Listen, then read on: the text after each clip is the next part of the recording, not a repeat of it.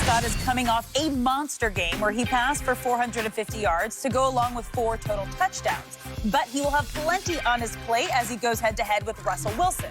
Russ threw for nearly 300 yards and added 5 touchdowns in the Seahawks win against the Patriots last week. We are joined now by Fox Sports NFL analyst Michael Vick. Michael, who wins this game and what is the score?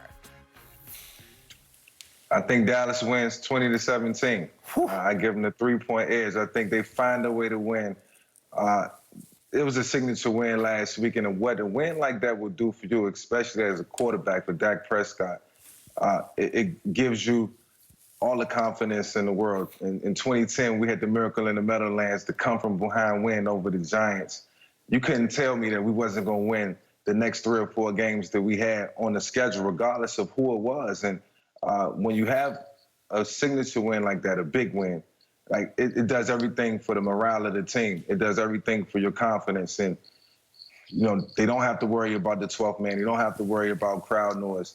And I think that was a win that galvanized this team. And now they realize what they can do regardless of any circumstance that they've been put in. It was the worst of the worst last week, and they overcame it, and they came through it.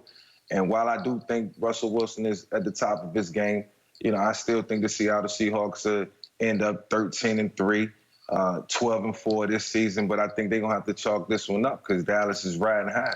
And I can't do anything but root for Dak Prescott right now. He bet on himself. He believed in himself. And Mike McCarthy said that they wanted to come out, score fast, early and often. And that's telling me that he's seeing something that he can come out and exploit against the Seattle Seahawks. So that got me excited, and that got me pulling for Dak and the Dallas Cowboys. Before you go, I got to ask my man Michael Vick one question. I love your prediction. I just can't see my Cowboy defense holding Russell Wilson to 17 points in Seattle, albeit with no fans. You got to explain to me, Michael, how can my defense hang in and hang on? You got second and third team players on the sideline, and what this is an opportunity for them to step up. Everybody's getting paid. Everybody's a professional, and just because your stars are out of the game don't mean that you can't win. That don't mean that you can't step up. I've been on plenty of teams where guys come off the bench and step in the moment of truth, and that's what it's all about. That's what the NFL is all about. So you can't expect to go into a season with the same roster that you started the season out with. At the end of the season, that roster is going to look different. There's musical chairs all over the place, and that's due to injury. So guys got to step up. This is the time for them to step up. And when you watch how Dak orchestrated the offense and led to come from behind win, you know that anything is possible. So it's no excuses. You know what, Mike? That would sound good if the defense and the starters were playing extremely well. But you got backups playing backups, and the people that they're replacing were bad. So if your backups are replacing the people that were bad and they couldn't get on the field to begin with, and the only reason they're on the field for injury, I like Russell Wilson to put up more than 17 points. I went the opposite way than you did, and I went a lot higher. And Skip even went higher than I did. I went 34-30 Seattle because I believe because Seattle's licking their chops. They say, well, man, look what Calvin Ridley did. Look what Justin Gage did. And we got Russell Wilson. We got DK Metcalf. We got Lockett. We got more.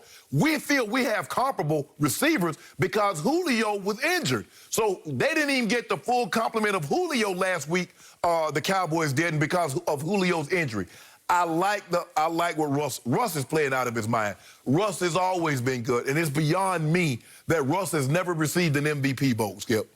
The guy that's gone to 2 Super Bowls, early on, it was a beast mode, Legion of Boom team.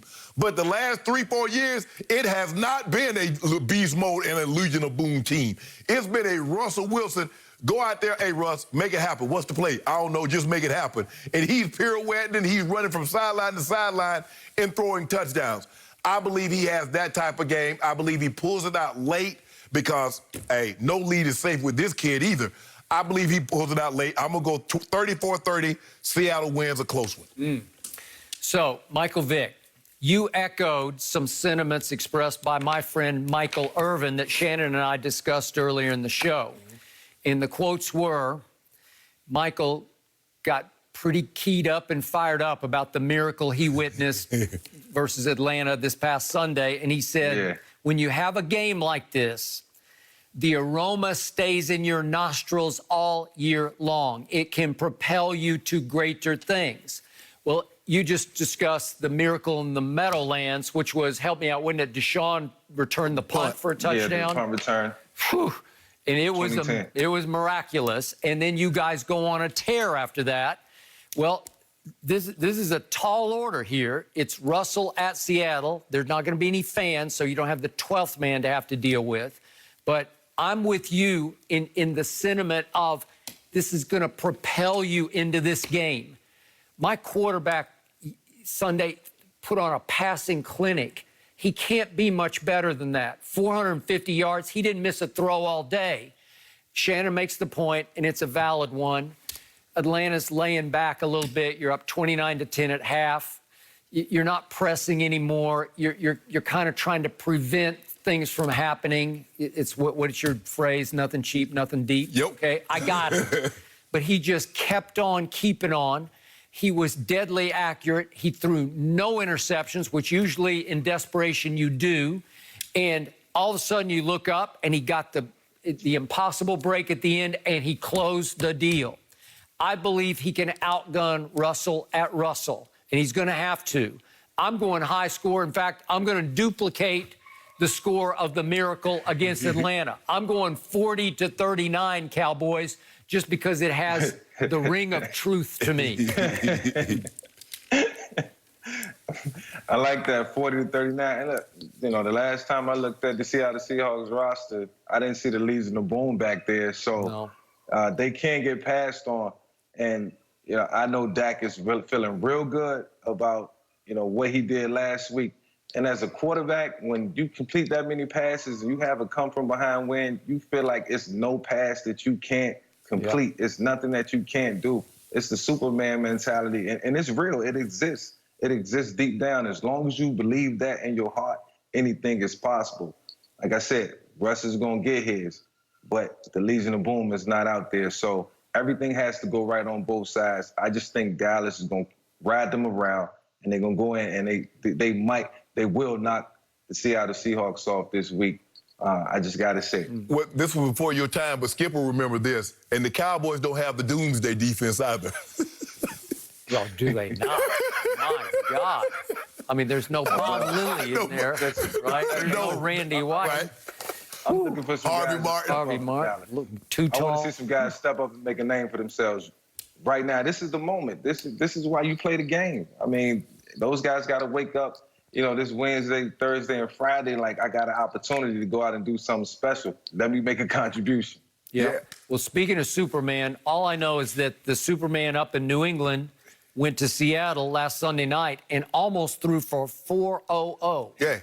Whew. Yeah, he was Superman. He was Superman. Well, my quarterback can play Superman, too. Well, Mike, those guys you're talking about, they're going to step up. They're going to be on Russ's highlight tape. Because, you know, he's doing a compilation to put it, package it together, to send out to all the voters so he can get some MVP votes, and they're going to be on it. Tell you what, I can't wait to watch. You're going to give me the 5? No. Why not? No, straight up. I got 5. It's this Fox bet. It's 5. Dallas plus 5. I got 34-30. Okay. I give you 3. 3? I give you 3 points. I want the spread. No. Hold on. Skip, the aroma is still in your nose from last week. Remember? Yeah, and it stinks. You just spent 5 minutes telling me about your quarterback and how he played, threw for 450, 3 rushing. You know, Skip, that was the first time in the history somebody's threw for that many yards and had 3 rushing touchdowns. I got it. So, if my quarterback could play safety, you'd straight have up. me on that. No. Well, that's why they got Jamal Adams. Jamal Adams, now he's come in to try to be part of the Legion of Boom with B. Wags and KJ Wright. So we're going to see. I'm telling you, no fans in the stands. It evens the playing field on both sides. It does. Dallas got a shot. It don't matter. If I'm better than you, I can fight you in your backyard, my backyard, or in the street. If I'm better, I'm better. And Mike McCarthy said they wanted to score fast and they wanted to score often. I'm taking that with a grain of salt. I believe something is going on. I believe it's something that they've seen that they can exploit on that Seattle defense. And Mike McCarthy, he's not a bad play caller. You know, he understands how to put quarterbacks in a position, put a team in a position, offense in a position to score points. So did you see those calls, Mike?